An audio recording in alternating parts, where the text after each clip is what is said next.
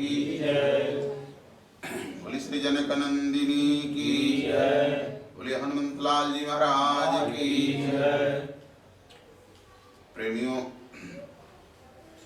अखिल ब्रह्मांडाधीश्वर भगवान श्री राघवेंद्र सरकार और आद्या परम मूर्तिमती शक्ति स्वरूपा विधि नंदिनी धरणिजा विशुल्का पराम्बा सीता जी के जुगल सरकार के पावन चरित्र का आप लोग थोड़ा शांति का सहयोग देते हुए ऐसी त्रिभुवन पावनी कथा सुधा का रसास्वादन करें। पहले 10 बार बाह्य अभ्यंतर की शुद्धि के लिए भगवत नाम स्मरण कीजिए। इसके बाद मानव हेतु जो जन्म मिला है, जन्म का हेतु क्या है मानव के, भक्ति के माध्यम से उसकी सार्थकता तक पहुंचे। प्रयास भी यही करूंगा, क्योंकि जीव यहां आया है तो अन्य किसी कारण से नहीं। ये साधन धाम मिला है, जैसे चारों धाम है वैसे ये साधन धाम है, कहीं खोजने की जरूरत नहीं है और न इसमें आपके अर्थ की जरूरत है, न इसमें किसी जगह की जरूरत है। सारी चीज प्रभु ने आपको उपलब्ध कराया है। आइए 10 बार भगवान का नाम लीजिए। श्री राम जय राम जय जय राम। श्री राम जय राम जय जय राम। श्री राम जय राम जय जय राम। श्री राम जय राम जय जय राम। श्री राम जय राम जय जय राम। श्री राम जय राम जय जय राम। जय जय विपति हरण हनुमान। जय जय विपति हरण हनुमान। सीताराम जय सीताराम। सीताराम जय सीताराम। सीताराम जय सीताराम। सीताराम जय सीताराम। बोले राघवेंद्र सरकार की जय। आज ऐसा अनुभव कीजिए कि आ रही है चैत्र रामनवमी। चैत्र का शुक्ल पक्ष नवमी को भगवान हमारे अखिल ब्रह्मांडाधीश्वर सरकार श्री अवध में मंदिर में उनका अवतार होगा। मैं तो ये निवेदन करूंगा कि ये नवमी आप लोगों के इस हृदय रूपी अयोध्या में बराबर 12 मास अगर ये नवमी रहे तो बड़ी अच्छी बात है। आज प्रकट कर लीजिए भगवान को अपने अंतःकरण में, अपने अंतःकरण को अयोध्या बनाइए और अयोध्या बनाने के बाद ऐसा अनुभव कीजिए कि भगवान श्री राघवेंद्र सरकार यहाँ प्रकट हैं। जरा वंदना के माध्यम से प्रकटे हैं राम रघुरैया, अवधपुर में बाजे बधैया। प्रगटे हैं राम रघुरैया, अवधपुर में बाजे बधैया। प्रगटे हैं राम रघुरैया, अवधपुर में बाजे बधैया। प्रगटे हैं राम रघुरैया, अवधपुर में बाजे बधैया। वेद का पाठ पढ़े पंडित जन, वेद का पाठ पढ़े पंडित जन। वेद का पाठ पढ़े पंडित जन, वेद का पाठ पढ़े पंडित जन। बाजे बाजे सहनैया, अवधपुर में बाजे बधैया। बाजे बाजे सहनैया, अवधपुर में बाजे बधैया। बाज सहनैया, अवधपुर में बाजे बधैया। बारे बाज सहनैया, अवधपुर में बाजे बधैया। प्रगटे हैं राम रघुरैया, अवधपुर में बाजे बधैया। प्रगटे हैं राम रघुरैया, अवधपुर में बाजे बधैया। खीर खाए से चारों भाई जन्म लिए हैं।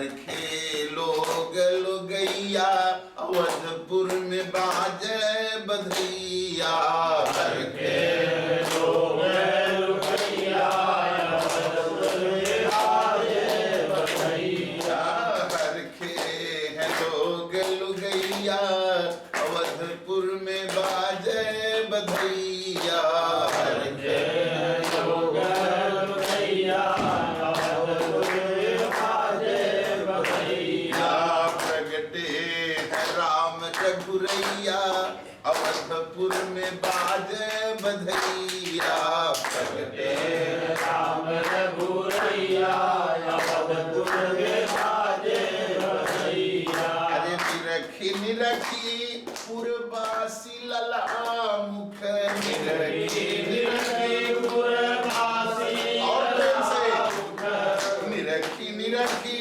पुरबासी लला मुख निरखी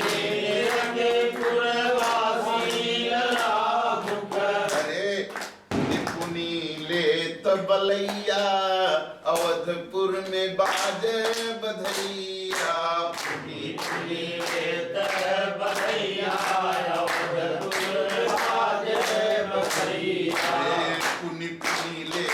बलैया अवधपुर में बाजे बधैया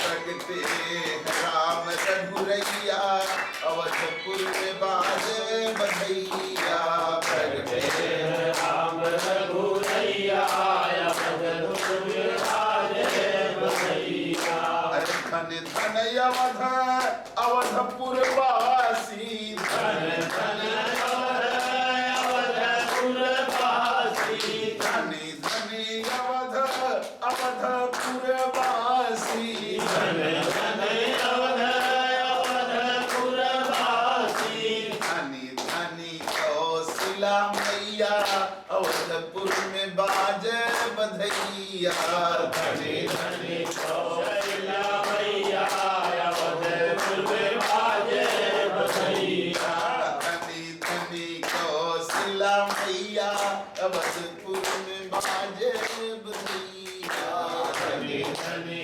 कौशल्या मैया अवधपुर में बाजे बधैया प्रेम भरी सखी नाचत गावत प्रेम प्रेम भरी सखी नाचत गावत प्रेम भरी सखी नाचत गावत प्रेम भरी सखी नाचत गावत के ताता तैया अवधपुर में बाजे बधैया करी के ताता थैया अवधपुर में बाजे बधैया करी करी ताता तैया अवधपुर में बाजे बधैया करी के ताता थैया अवधपुर में बाजे बधैया प्रेम भरी सखी नाचत गावत प्रेम भरी सखी नाचत गावत प्रेम भरी प्रेम में प्रेम भरी सखी नाचत गावत प्रेम भरी सखी नाचत गावत ऐसे दई दे ताता थैया अवधपुर में बाजे बधैया करी के ताता थैया अवधपुर में बाजे बधैया राम जी राजा जी लुटावे अन धन सोनवा राजा जी लुटावे राजा जी लुटावे अन धन सोनवा राजा जी रानी कौशल्या रुपैया अवधपुर में बाजे बधैया रानी कौशल्या रुपैया अवधपुर में बाजे बधैया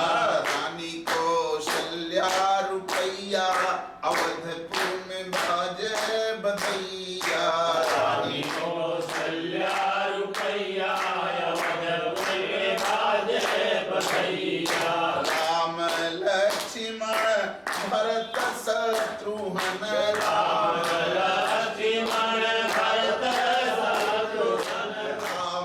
लक्ष्मण भरत शत्रुघ्न राम लक्ष्मण भरत शत्रुघ्न प्रगटे हैं चारू भैया अवधपुर में बाजे बधैया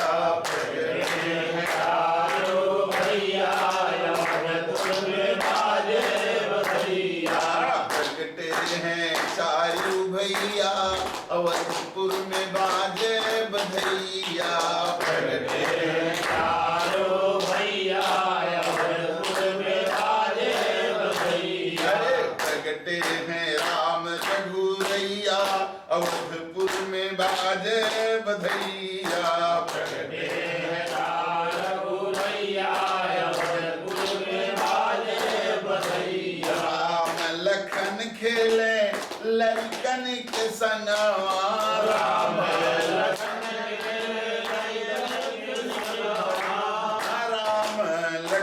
खेले लड़कन के संगवा राम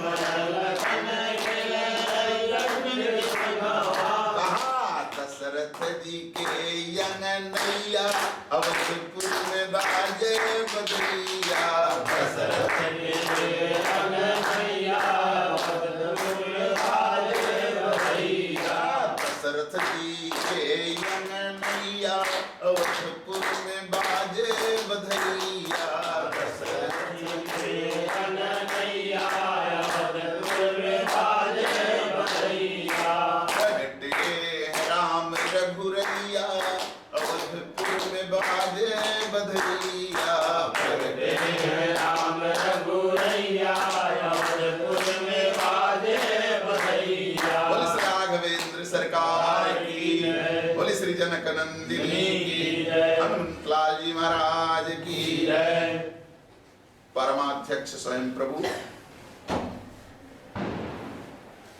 पंडाल में समुपस्थित राघवेंद्र कीर्ति विस्तारक पाद पद्म मकरंद मधु श्रोतागण बंधु प्रत्यक्ष अप्रत्यक्ष में बैठी हुई आद्या परम मूर्तिमती शक्ति स्वरूपा विदेहेन्द्री धरणिजा वीर शुल्का पराम्बा जी के पावन चरित्र को चरितार्थ करने वाली भक्ति स्वरूपा माताएं एवं बहनें और भव्य भारत के भावी भविष्य भास्कर नौजवान भाइयों प्रेमियों,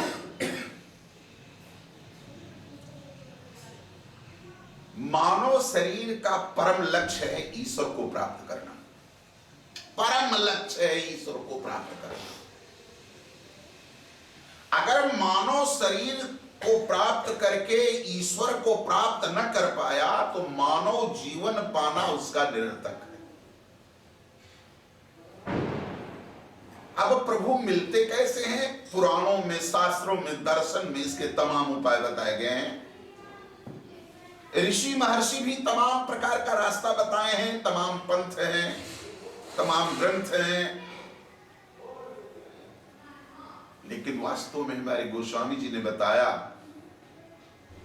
हम किसी ग्रंथ और किसी पंथ, किसी के इष्ट पर कोई क्रिटिसाइज नहीं करना चाहता।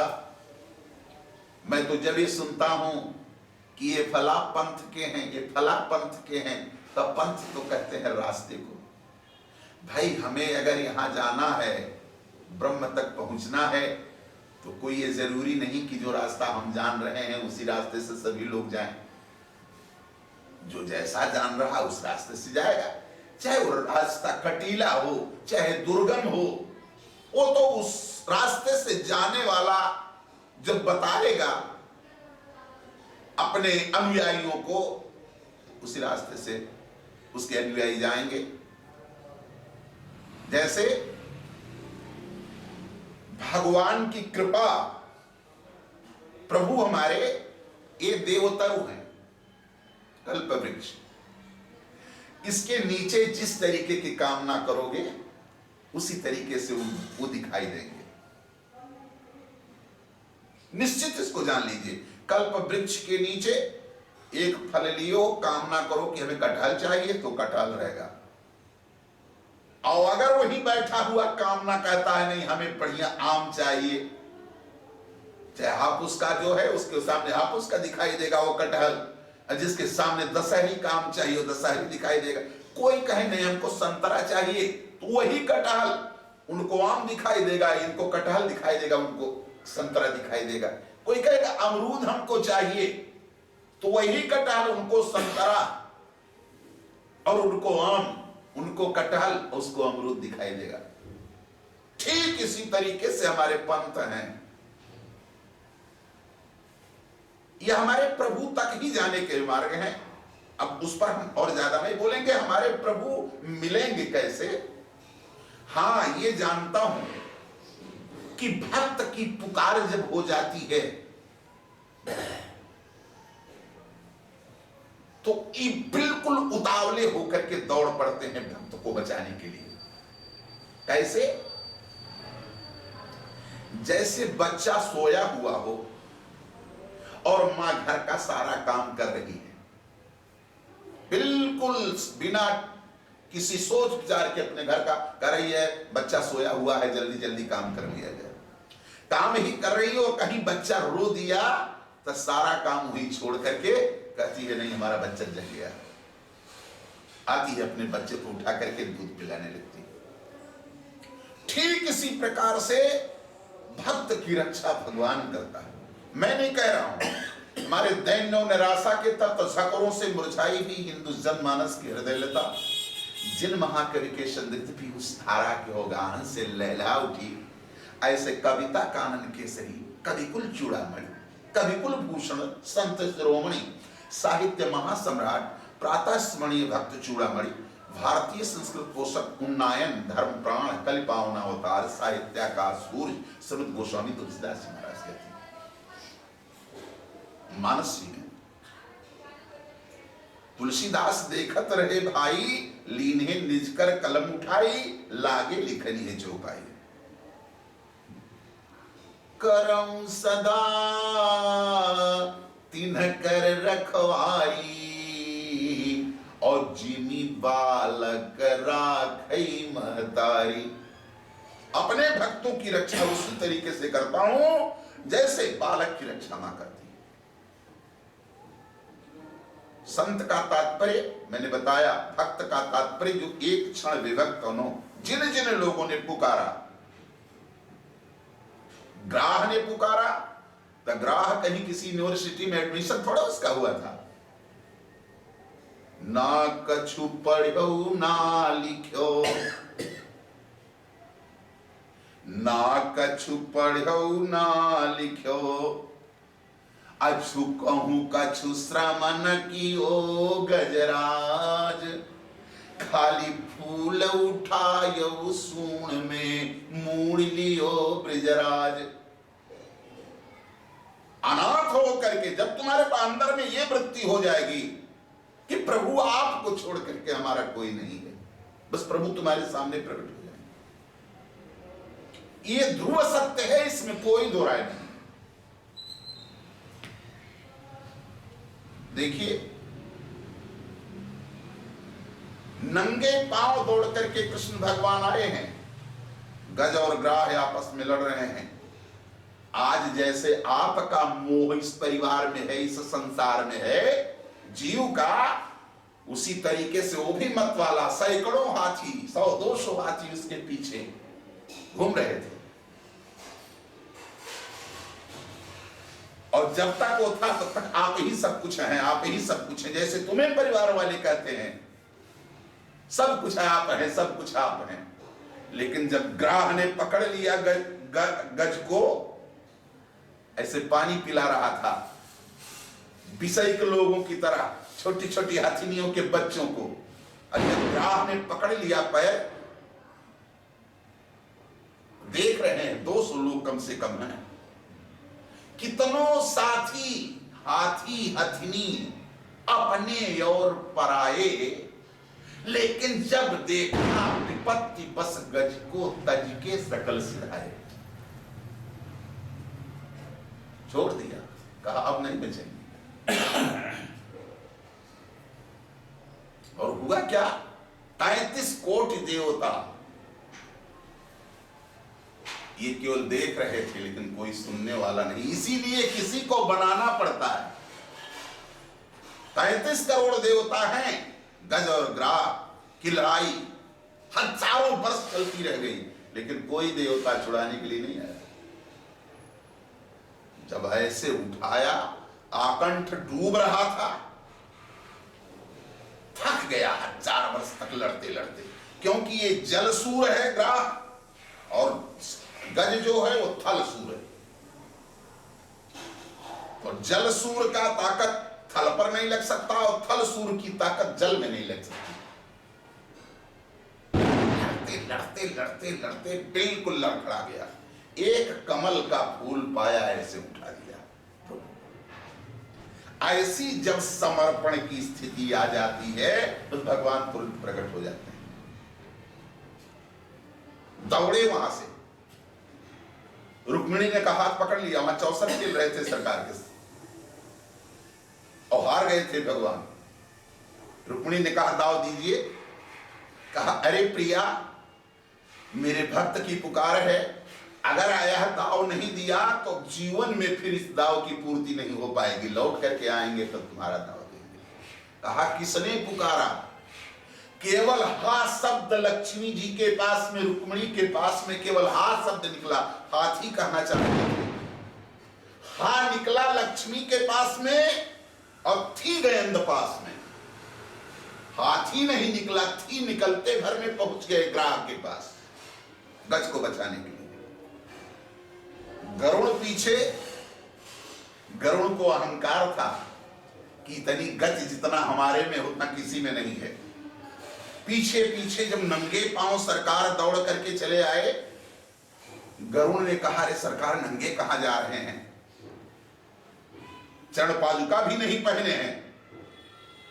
पूरी ताकत, आज इतनी ताकत से गरुड़ दौड़ रहा है, आज इतनी ताकत से गरुड़ दौड़ रहे हैं कि आज तक, अभी तक इतनी ताकत से कभी ये चले नहीं। और तब तक भर में हुआ क्या? नक्र के ऊपर अपना चक्र चला दिए, ग्राह के ऊपर अपना चक्र चला चुके थे। ऐसे चक्र चलाए, आकाश मंडल से दिव्य विमान उतरा और 4 भुजा होकर के वो ग्राह बैठने चला उस विमान पर। तब गज ने कहा अरे सरकार, ये आपने क्या किया? कहा क्या किया? कहा बुलाया हमने और उद्धार हमारे शत्रु का कर रहे हैं। कहा वो शत्रु नहीं था तुम्हारा गज। कहा सरकार तब वो क्या था? हमें मार डाल रहा था। कहा नहीं, कितने दिन से पैर पकड़े हुए है, दुश्मन गला पकड़ेगा कि पैर पकड़ता है तुम बताओ? हजारों वर्ष से वो शिष्य है तुम्हारा, चरण पकड़े हुए था कि हे गुरुदेव हमारा उद्धार कीजिए, हमारा उद्धार कीजिए। तुमने विलंब किया है, पहले मैं अपने भक्तों के भक्त का उद्धार करता हूं, इसके बाद में भक्त का उद्धार तो हम करवे करेंगे, लेकिन पहले अपने भक्तों के भक्त का उद्धार करता हूं। ये तुम्हारे चरण को पकड़े 1 महीना बीत गया था, हमने हमको बुलाया, हमने उसका उद्धार कर दिया, अब तुम्हें भी लेकर के चलेंगे अपने धाम। लेकिन समझ, और यहां से उद्धार करके जब चलते हैं, हमारे सरकार आधा रास्ता निकले आए, तब हाँफते हुए गरुड़ मिले। कहा सरकार आपको हमारे ऊपर बैठ लेना चाहिए था, आइए बैठ लीजिए, पहुंचा दे। कहा अरे तो सारा काम खत्म करके आधे रास्ते मिल रहे हो गरुड़। तुरंत चरणों में गिर पड़े। गरुड़ ने कहा सरकार आज तो मेरा सारा अहंकार चूर हो गया, मैं तो जानता था कि जितनी गति मेरे में है उतना किसी में नहीं। प्रभु ने कहा इसी अहंकार की दवा करने के लिए नंगा पांव आया हूं। आए जो अहंकार होता है, अहंकार युक्त अंतःकरण में ब्रह्म नहीं बैठता, भगवान वहां नहीं रहता। जब अहंकार और ममत्व दोनों समाप्त हो जाता है, कवि अगम जीव ब्रह्म सुख या मम मलिन जनेषु अहंकार और ममत्व से मलिन जीव ब्रह्म सुख का अनुभव नहीं कर सकता। तो वास्तव में मेरे कहने का तात्पर्य है प्रेमियों, जब भक्ति अंतःकरण में आ जाती है तो अहंकार तो विलीन हो ही जाता है, ममत्व तो विलीन हो जाएगा, साथ ही साथ लोभ की वृत्ति समाप्त हो जाती है। और भगवान ने अपने भक्तों को खोजने के लिए उनको चाहे जो उपाय करना हो, देखिए कई कई कल्प तक तपस्या करके लोगों ने वरदान प्राप्त किया था, और वरदान में ऋषि महर्षियों ने मांगा था, हे प्रभु जब आप त्रेता के अंत में अवतार लें तो हम तो क्या बना दे, कहा हमको सुमन बना दीजिए, फूल बना दीजिए, और सरकार आप अपने हाथों से हमको उतारें, यही कृपा प्रदान कर दीजिए। कहा योग और भय नहीं रहता। ब्रह्मा विष्णु शिव इनके भी भय नहीं रह जाती जब वह भक्ति के माध्यम से प्रभु के चरण में चला जाता है। ऐसे इसका प्रमाण मैं आगे बताऊंगा।